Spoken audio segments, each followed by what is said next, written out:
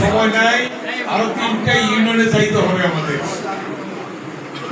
হিন্দুদের সবচেয়ে, হিন্দু ভাই বোনদের সবচেয়ে বড় উৎসব কোনটা? দুর্গাপূজা। ঠিক না দিদিরা? কি দাদা?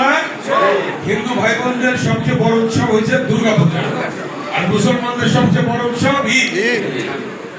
এই দুর্গাপূজায় শারদীয় শুভেচ্ছা জানানোর জন্য আমরা আসছি। আমাদের পাঠিয়েছেন কে? বিএনপির ভারপ্রাপ্ত চেয়ারম্যান দেশনায়ক তারেক রহমান। তারেক রহমান কি বলছেন? ধর্ম যার যার, রাষ্ট্র সবার। ধর্ম যার যার, রাষ্ট্র। দিদিরা বলেন ধর্ম যার যার, রাষ্ট্র সবার। দাদারা বলেন ধর্ম যার যার, তারেক রহমান আরেকটা কথা বলছেন, ধর্ম যার যার, নিরাপত্তা পাওয়ার অধিকার সবার। ধর্ম যার যার, নিরাপত্তা পাওয়ার অধিকার সবার। তার মানে কি? হিন্দু, মুসলমান, বৌদ্ধ, খ্রিস্টান প্রত্যেকে সমানভাবে নিরাপত্তা পাবে।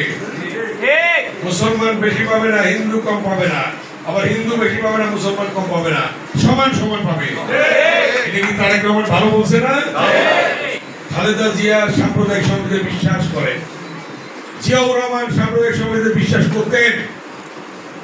আজকে আমরা সাম্প্রদায়িক সম্প্রীতিতে বিশ্বাস করি, একে অপরে আমরা ভাই বোন, আমরা সকলে মিলে একসঙ্গে এই ঢাকা 2 আসনকে উন্নয়ন করব।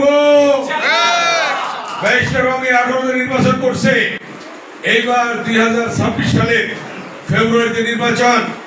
সেই নির্বাচনে ব্যারিস্টার রমি ধানের শীষ থেকে নির্বাচন করবে। আপনারা সবাই ধানের শীষে ভোটটা দিবেন, ঠিক আছে?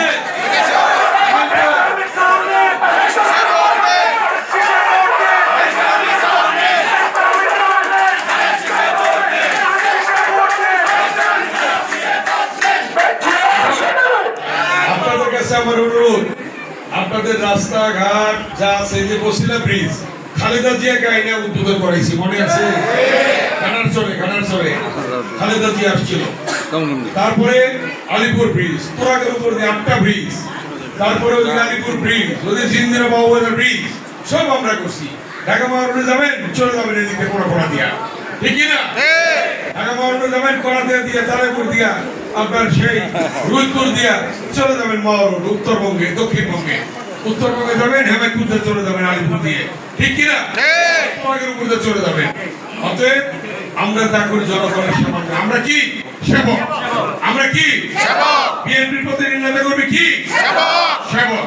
আমরা সেবা করতে পারি, আমরা সেবা করি, আমরা সেবক হিসাবে কাজ করবো আপনাদের জন্য, ঠিক কিনা?